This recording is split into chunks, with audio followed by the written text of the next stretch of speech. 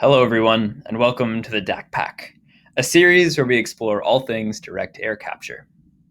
In this video, we'll be talking about the other main mechanism by which direct air capture is done, that is, using solid sorbents.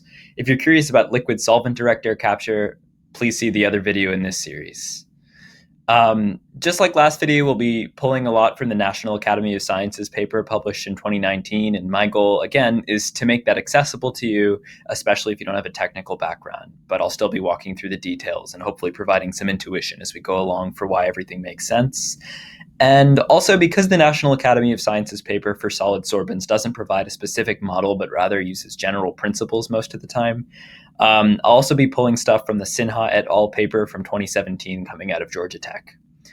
So with that, let's get started. And the two main parts of the process for solid sorbent direct air capture correlate just with the two parts of the process for liquid solvent direct air capture if you watch the other video. And that is we have an adsorption phase and a desorption phase. In the adsorption phase, we have an adsorbent solid material in an air contactor, and we're sending ambient air. And again, it's a very small concentration of CO2 in the ambient air, only 0.04%. And we're sending that through the air contactor in contact with this adsorbent, whose job is to capture the CO2 gas molecules. I'm going to say the word adsorption or adsorb a lot, and that just means the adhesion of the CO2 gas molecules to the solid surface. So when they adhere, the filtered air comes out. Hopefully most of the CO2 is captured by the adsorbent. And then what we have left to do is do a desorption process. So that is remove that CO2 from the adsorbent so that we have the CO2 for sequestration or utilization or whatever we want to do with it. And the adsorbent can now react with more CO2. And how does this desorption process happen? Well, there's two main ways it can happen. One is using TSA, or a temperature swing adsorption process. And that temperature swing is exactly what it sounds like. We swing up the temperature, we heat up the adsorbent, which causes it to let go of the CO2, so then we can remove it. And then we cool it down for readsorption to get more CO2 from the air. It's a swing. And likewise, we can do a similar thing with a vacuum, turning on the vacuum when we want to do desorption and turning it back off when we want to adsorb more. Vacuum swing adsorption. Most of the time, temperature swing adsorption is the primary driver behind this process, but vacuum swing adsorption, as we'll see, is helpful for supplementing this. The other big point to note for solid sorbent direct air capture is that unlike the liquid solvent process, where in that calciner phase, we had to heat it up to 900 degrees Celsius, which was a huge energy intensive requirement. Here, there are much lower energy requirements. We have much lower temperatures needed. So we only need to heat up the adsorbent to about 100 C, so substantially less. And because of this, unlike where we had to use a really strong base like KOH, that potassium hydroxide last time, here we can use a weaker base like amines, and that'll be beneficial to us. So let's dive into that Sinha et al. Process that I talked about to really understand how this solid sorbent direct air capture could work. So we start with this thing called a monolith support structure. Now, there are a few ways of doing this, but the monolith support structure would look like this, where we have what's called an MOF, or a metal organic framework. So it's just a metal cylinder, you can picture it as a cylinder, that has all of these little pores, and we can picture the pores as other cylinders, even though maybe they're not quite cylindrical. And we use these MOFs, these frameworks, these metal frameworks, because they have a lot of pore volume, so there's a lot of pore space because there are so many of them. And within those pores themselves, there's a lot of surface area because there's so many of them, even though, for reference, each of these pores, each channel, has a diameter of only about 1/8 of a centimeter. So they're really small micropores. There's only about 400 cells per square inch, so that's really small. But because they're so long and because there are so many of them, there's a lot of surface area with which we can put those amines that will react and capture the CO2. So with that, let's look at the stages of the process. So step one is the adsorption phase.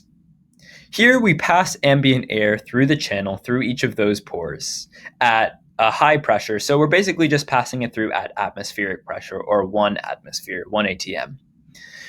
The main thing that's going on here is we have the adsorbent film, the amines, inside of each pore, absorbing the CO2 from the surrounding air. Makes sense. This is what we knew was going on.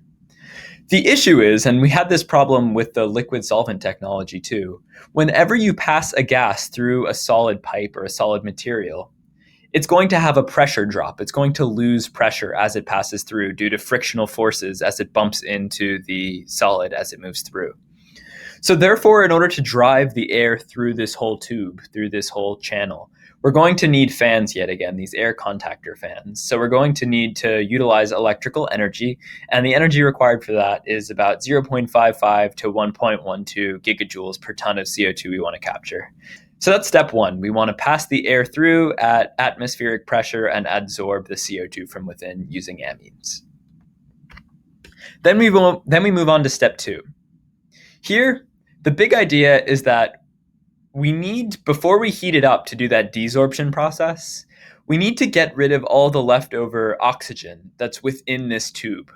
That's because the amines in there, when they get exposed to oxygen at high temperatures, and we're about to crank up the temperature. So when if we expose amines to O2 at high temperatures, they'll degenerate and we won't be able to use them in the future. And we want to be able to continue this. We want to be able to continue this cycle over and over again. So the O2 remaining in the chamber needs to be evacuated to about 4% to about only 4%. And to do that, what we're going to do is get a vacuum pump, and use it to decrease the pressure at the rear end of the tube while closing off all access, while closing off this end. Therefore, since air and gas moves from high to low pressure, it will move out of the tube where there is less pressure. So we've evacuated the oxygen from inside of there while the CO2 remains captured by the amines. And also this vacuum pump uses electrical energy too, fairly insignificant, only 110 to 140 times 10 to the negative fourth. So a very small fraction even of the air contactor fan, but still it's something to consider electrical energy inputs to the system. Then in step three, we close off this rear end and open up the close end here. And the reason we do that is to pass steam through it. We need to repressurize the tube. We just depressurized it to get rid of the oxygen. Now we're going to repressurize it so that when we open up this side again, oxygen doesn't flow right back in because there's low pressure inside the tube.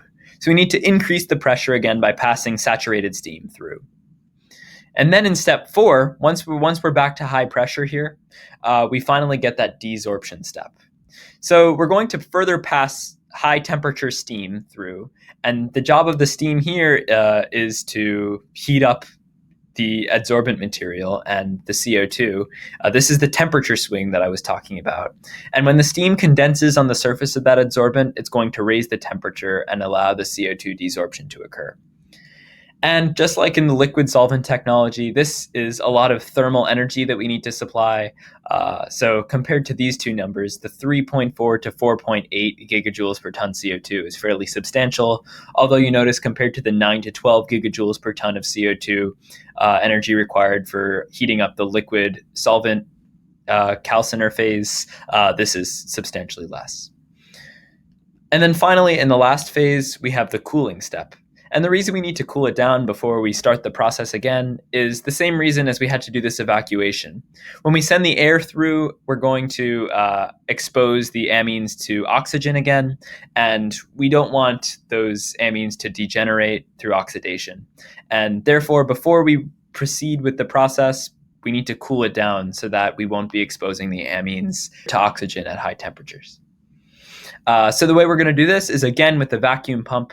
So we're going to decrease pressure at the rear end. And the reason for this time, while we do depressurize the tube, is to create evaporation. There's less pressure, so the water is better able to evaporate, and that leads to a cooling effect. And that's the entire cycle. So we had the adsorption step, evacuate the oxygen, pressurize the tube again, add desorption by pumping high temperature steam through, and then cool down for the cycle to repeat again. It's time to step back and get some context and see that there are a lot of companies that are using solid sorbent direct air capture technologies, and each one of them is proprietary and fairly different. So for example, we just looked at an amine modified Monolith But there are plenty other ways to use amines, from a filter that Climeworks is working on to these porous plastic beads that have amines in them that Skytree is using. And Infinite Tree is using a completely different model with ion exchange sorbents and humidity regeneration rather than the temperature or vacuum swings that we saw in the previous part of the video. But my point here is just that with all of these companies working to commercialize direct air capture, there's a huge variety of how solid sorbent direct air capture could work. And then finally, just in summary again, especially looking at this desorption picture now that we have a better sense of what's going on, once this air contactor has absorbed all of the CO2 from the ambient air, we send steam in as a means of heating, and we have this vacuum pump on this end as a way of decreasing pressure, all for that flow effect in that cycle we saw earlier in the video. Ultimately, we cool it and release water and send the CO2 out for sequestration or utilization. And with that, there's 414 ppm CO2 in the atmosphere and counting. Let's get to work.